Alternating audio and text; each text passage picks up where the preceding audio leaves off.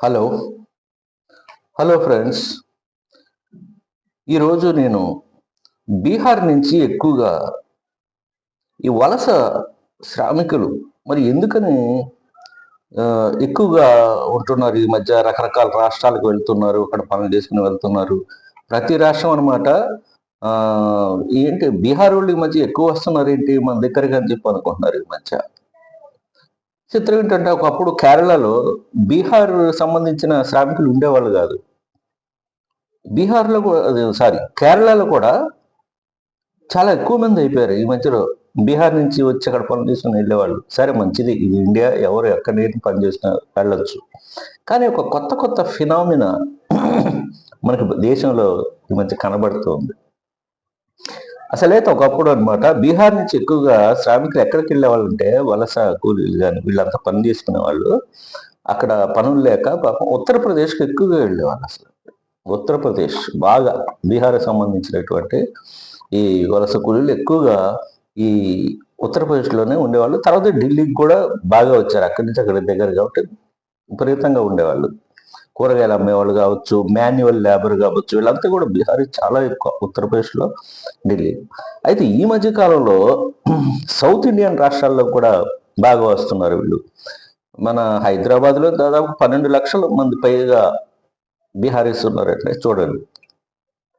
తర్వాత ఆంధ్రప్రదేశ్‌లో ఉన్నారు మధ్యకాలం. తర్వాత కర్ణాటకలో, ఇక కేరళ అయితే చెప్పక్కర్లేదు. ఎందుకంటే కేరళకి సంబంధించి అనమాట అక్కడ ఉన్నటువంటి వాళ్ళు చాలా మంది అక్షరాస్యత ఎక్కువ కాబట్టి చాలా మంది ఆ గల్ఫ్ కంట్రీస్‌కి దానికి దీనికి మేనేజర్లు గాను లేదా సూపర్వైజర్లు గాను రకరకాల విషయం దాంట్లో అనమాట వాళ్ళ బంధువులను బట్టి వాళ్ళు బట్టి గల్ఫ్ కంట్రీస్‌కి అటు ఎక్కువగా వెళ్ళిపోతుంటారు వాళ్ళు. దానివల్ల అక్కడ శ్రామికుల కొరత ఎక్కువగా ఎదురవటం వల్ల కేరళలో దాన్ని ఈ బీహార్ వాళ్ళు ఇప్పుడు పొడుస్తున్నారని చెప్పాలి. ఎందుకంటే చూడండి, ఈ మైగ్రెంట్ లేబర్‌లో కేరళలో ఉన్న వాళ్ళలో 18.1% మొత్తం లేబరర్స్ కలిపితే మైగ్రెంట్ లేబర్‌లో వీళ్ళే బీహారీసే ఉన్నారట మొత్తం గూడా. అంటే దాదాపుగా ఒక 30 లక్షల మంది ఉన్నారట.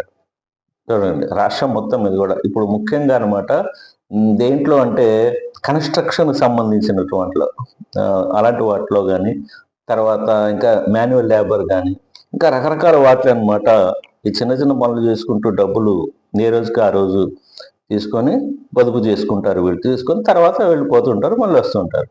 అట్లా కేరళలో 30 లక్షల మంది ఉన్నారట. ఇది చాలా ఈ మధ్య కాలంలో ఇంత సంఖ్య ఎప్పుడు వినుండం. తర్వాత ఒక మన ఒక రాష్ట్రం ఉత్తరప్రదేశో, కేరళో లేకపోతే ఇంకో రాష్ట్రం కాదు. ఇప్పుడు వెస్ట్ బెంగాల్, అస్సాం, మన తెలుగు రాష్ట్రాలు అంతటా కూడా ఇప్పుడు బీహారీస్ కమ్ముకున్నారనమాట ఒక రకంగా చెప్పాలంటే.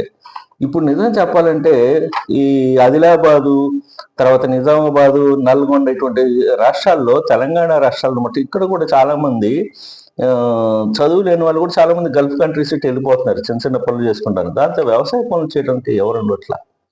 అలాగే కోస్తాలో కూడా అటువంటి పరిస్థితే ఉన్నది. రకరకాలైనటువంటి కారణాల చేత అక్కడ కూడా మరి ఎక్కువగా మరి కూలీలు లభించకపోవటం, ఎక్కువగా రేట్లు ఉండటం లభించిన ఇలాంటివన్నీ దృష్టిలో పెట్టుకొని అక్కడ కూడా బీహారీలు తాగుతున్నారు. హైదరాబాదులోను, అటు నల్గొండ, ఆదిలాబాదు అటువైపు అసలైతే వ్యవసాయ సీజన్ రాగానే నేను టైమ్స్ ఆఫ్ ఇండియాలో చదివాను. అసలు బీహార్ నుంచి వచ్చేస్తారట 15 మంది ఒక గ్రూప్ లాగా ఉండేసి వాళ్ళు వ్యవసాయ పనులన్నీ కూడా చేసుకొని ఆ సీజన్ అయిపోగానే మళ్ళీ ఒక్కొక్కళ్ళు 50,000 1,00,000 సంపాదించుకొని వెళ్ళిపోతారట. మళ్ళీ సీజన్లో మళ్ళీ వస్తారట. అదంతా కూడా వాళ్ళ కథనాన్ని రాశారు ఈ మధ్య టైమ్స్ ఆఫ్ ఇండియాలో. అది నిజంగా ఈ మధ్యకాలంలో ఇది ఒక కొత్త ఫినామినా అని చెప్పేసి అనుకోవాలి. అట్లా సరే కష్టపడి సంపాదిస్తే ఎవరు కాదంటారు. సరే కానీ ఇటువంటి డెవలప్మెంట్స్ని మనం గమనిస్తుండాలి దేశంలో జరిగేటువంటి డెవలప్మెంట్స్ని. మరి ఇక ఒక్క హైదరాబాదులోనే 12 లక్షల మంది ఉన్నారు. అది మనం ముందే చెప్పుకున్నాం. అసలు బీహార్ నుంచి ఎందుకని ఎక్కువ మంది వలస కూలీలు వచ్చేస్తుంటారు అంటే అది బీహార్ వెనకపడటానికి ఒక కారణం, 2 కారణాలు కాదండి. 1 సంవత్సరం, 2 సంవత్సరాలు కూడా కారణం కాదు. అసలు బ్రిటిష్ వాళ్ళ దగ్గర నుంచి వాళ్ళు పరిపాలించిన దగ్గర నుంచి కూడా దీనికి రకరకాల కారణాలు ఉన్నాయి. ఇక్కడ జమీందారీ వ్యవస్థ ముఖ్యంగా జమీందారీ సిస్టమ్. అక్కడ ఉన్నటువంటి జమీందారీ సిస్టమ్ అన్నమాట దీనికి కారణం. ఒక రకంగా చెప్పాలంటే ఏంటంటే వాళ్ళు ఎంత ట్యాక్స్ చెల్లించాలో అంత ట్యాక్స్ చెల్లిస్తే చాలు. ఏంటి ప్రొడక్షన్ ఎంత కావాలి, ప్రొడక్షన్ అంత చెయ్యాలి అనేటువంటి పట్టింపు లేదు అక్కడ. దానివల్ల అనమాట కింది స్థాయి రైతులు కానీ వాళ్ళు కానీ అనమాట స్తబ్దంగా ఉండిపోయారు. ఎక్కువ డెవలప్మెంట్ జరగలేదు. పై క్లాస్లో ఉన్నటువంటి జమీందారులు వీళ్ళు మాత్రం బాగా బాగుపడ్డారు. విపరీతమైన భూములు ఒక వర్గం దగ్గర, రెండు వర్గాల దగ్గర ఉండిపోవటం జరిగింది. చాలా కింది వర్గాల్లో మరి కింది లో కాస్ట్స్లో నిజం చెప్పాలంటే భూములు కానీ అవి కానీ చాలా తక్కువగా ఉండటం. తర్వాత ప్రొడక్షన్ విషయంలో పట్టింపు లేకపోవటం. తర్వాత రాజకీయంగా కూడా అనమాట ఆ తర్వాత స్వాతంత్రం వచ్చిన తర్వాత కూడా సరైన విజన్ లేకపోవటం. అక్కడ ఉన్న పొలిటీషియన్స్లో సరైన విజన్ లేదు. దానివల్ల అనమాట ఒక రకమైనటువంటి స్తబ్దత కమ్ముకుంది. ఒక రకమైన అరాచకం. ఒక రకంగా చెప్పాలంటే ఇన్వెస్ట్మెంట్ పెట్టాలంటే అక్కడ భయం బిజినెస్ మ్యాన్కి. మరి దీనికి తగ్గట్టుగా కొన్ని ప్రాంతాల్లో అయితే ఫ్లడ్స్ భయం ఒకటి ఉంది. ఫ్లడ్స్ కూడా బాగా వస్తుంటాయి. అది కొంత దెబ్బతీస్తుంటుంది. దానివల్ల మరి ఎంప్లాయ్మెంట్ అనేది కరువైపోయింది బీహార్లో. దాంతో ఉత్తరప్రదేశ్ అని, ఇటు ఢిల్లీ అని, అటు ఎక్కడికి వస్తే అక్కడికి వెళ్ళిపోతుంటారు. ఇటు వెస్ట్ బెంగాల్ అని పనులు చేసుకుంటాను వెళ్ళిపోతుంటారు.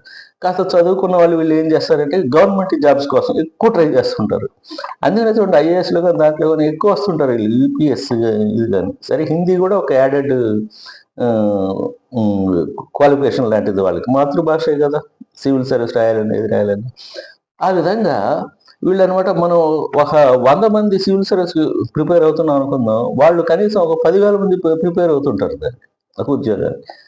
కాబట్టి అలాంటి దాంట్లో అదే పనికి ప్రిపేర్ అవ్వటం ఇక వేరే ఏం లేదు వాళ్ళకి. ఏదో చిన్న చిన్న మళ్ళీ సాయంత్రం పూట ఏదో చిన్న పానీపూరి అమ్ముకోవడం ఇలాంటివి కూడా చేస్తారట.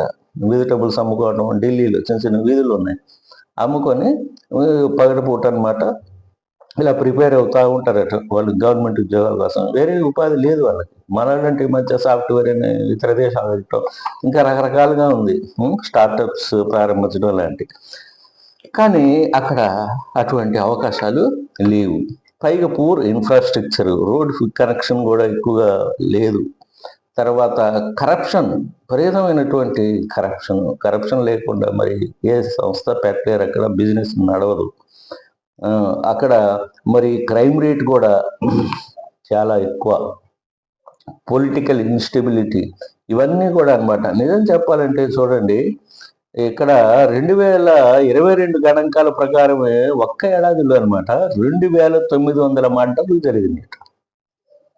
ఇది 2022లో 2,930 మర్డర్లు. తర్వాత కిడ్నాపులు 11,822 కిడ్నాపులు జరిగాయి. ఇవి కాక ఇంకా స్త్రీలని పిల్లల్ని కిడ్నాపులు చేసినవి అవి అవి ఆ లెక్క వేరు. మళ్ళీ ఎందుకు ఇట్లా జరుగుతున్నట్టు ఏం లేదు. ఎవరికి డబ్బులు అయినాయని తెలిస్తే వాళ్ళ పిల్లల్ని వాళ్ళని కిడ్నాప్ చేయటం, డబ్బులు అడగటం, మాట్లాడుకోవడం, వదిలిపెట్టడం. అంటే డబ్బులు సంపాదించడానికి అదొక ఇది అనమాట. ఎంప్లాయ్మెంట్ లేనప్పుడు ఏమవుతుంది, అలాంటి అరాచకం ప్రబలుద్ది. అలా వచ్చేసింది అనమాట అక్కడ అలాంటి. సో చాలామంది ఎంతవరకు వాళ్ళకి అవకాశం ఉంటే అంతవరకు బయటకు వచ్చేసారు. అందుకనే దాంతో ముఖ్యంగా వలస వెళ్ళేటువంటి కుటుంబాలు పరిశీలిస్తే మరి ఎక్కువగా ఎవరున్నారంటే బీసీలు, ఎస్సీలు ఎక్కువగా ఉన్నట్టుగా అర్థమవుతుంది. వెనకబడిన వర్గాలు చూడండి. తండ్రి, ఆహిర్, కుర్మి, కల్వర్, భర్, దుసాద్, నునియా, బిండ్, చమార్ ఇలాంటి కమ్యూనిటీస్ ఎక్కువగా ఉన్నాయి. నిజం చెప్పాలంటే అక్కడ ఎక్కువగా మరి వినిపించే పేర్లు భూమిహారులు, రాజ్పుత్లు. వీళ్ళు ఫస్ట్ నుంచి కూడా జమీందారీ వ్యవస్థ నుంచి బాగా విపరీతంగా సంపద వాళ్ళ దగ్గరే ఉండిపోయింది. సో వాళ్ళ పేర్లు అయితే కనపడవు. ఇలాంటి పేర్లు మాత్రం ఇలాంటి కమ్యూనిటీస్ ఎక్కువగా బయటకు వచ్చేస్తుంటారు పాపం, వేరే ఉపాధి లేక. అక్కడున్న మరి పొలిటికల్ సిచ్యుయేషన్ అండి, సోషియో ఎకనామికల్ సిచ్యుయేషన్స్ ఆ విధంగా ఉండటంతో వలస వచ్చే కుటుంబాలు అలా వెళ్తూ ఉన్నారు. సరే, అట్లా ఉంటాయి. ఇంకోటి ఏంటంటే ఇక్కడ ఒక ట్యాక్స్ కూడా ఉంది. అది ట్యాక్స్ రకరకాల పేరుతో పిలుస్తారు. ట్యాక్సీలు అంటే ఇంకో రకంగా అనుకోకండి, ఏం లేదు. అక్కడ మీరు వెళ్ళి ఓహో! ఇక్కడ బావుంది. కొన్ని వనరులు ఉన్నాయి. రిసోర్సెస్ ఇక్కడ పలానా బిజినెస్ పెడదాం, పలానా ఇండస్ట్రీ పెడదాం అంటే అక్కడ ఆ చుట్టుపక్కల రంగధారి అనేటువంటి ఒక టాక్స్‌ని చెల్లించాలట. అంటే ఏం లేదు. అక్కడ ఎవరైతే మరి పవర్‌లో ఉన్నారో వాళ్ళకి సంబంధించిన గూండాలు ఆళ్ళు ఉంటారు. వాళ్ళకి టాక్స్ నెల నెల చెల్లించవలసిందే. లేపోతే అక్కడ నడవదు. నడవనివ్వరు. అలా ఉంటుంది. తర్వాత భూమికి సంబంధించినటువంటి గొడవలు ఎక్కువ ఉంటాయి. దాంట్లో చంపుకోవటాలు కూడా ఎక్కువ. మర్డర్‌లు చేసుకోవటాలు ఇలాంటివి కూడా చాలా ఎక్కువ. తుపాకీ సంస్కృతి అనమాట. అలాంటిది ఎక్కువగా ఉంది. మరి మనం అనుకుంటాం ఒకప్పుడు అసలు బీహార్‌లో ఏంటి అసలు మరి బుద్ధుడు జ్ఞానోదయం ఉంది అక్కడే. చాణక్యుడు, మగధ సామ్రాజ్యం, మరి చూడండి నలంద విశ్వవిద్యాలయం అసలు ఎంత గొప్ప చరిత్ర ఉంది బీహార్‌కి ఒకప్పుడు కదా!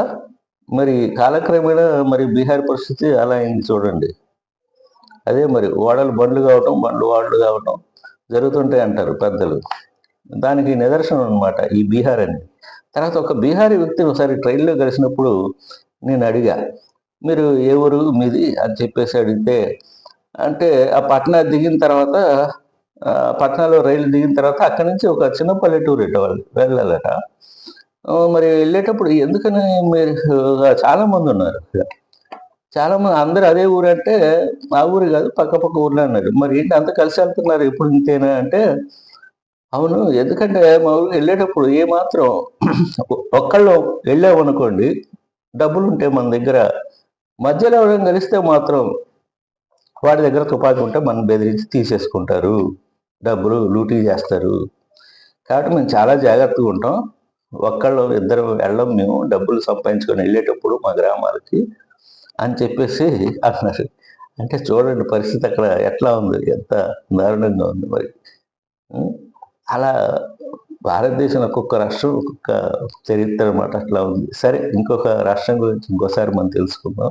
ఇది బీహార్ గురించి క్లుప్తంగా కొన్ని విషయాలనమాట. హ్మ్. Okay. Thank you very much. Have a nice time.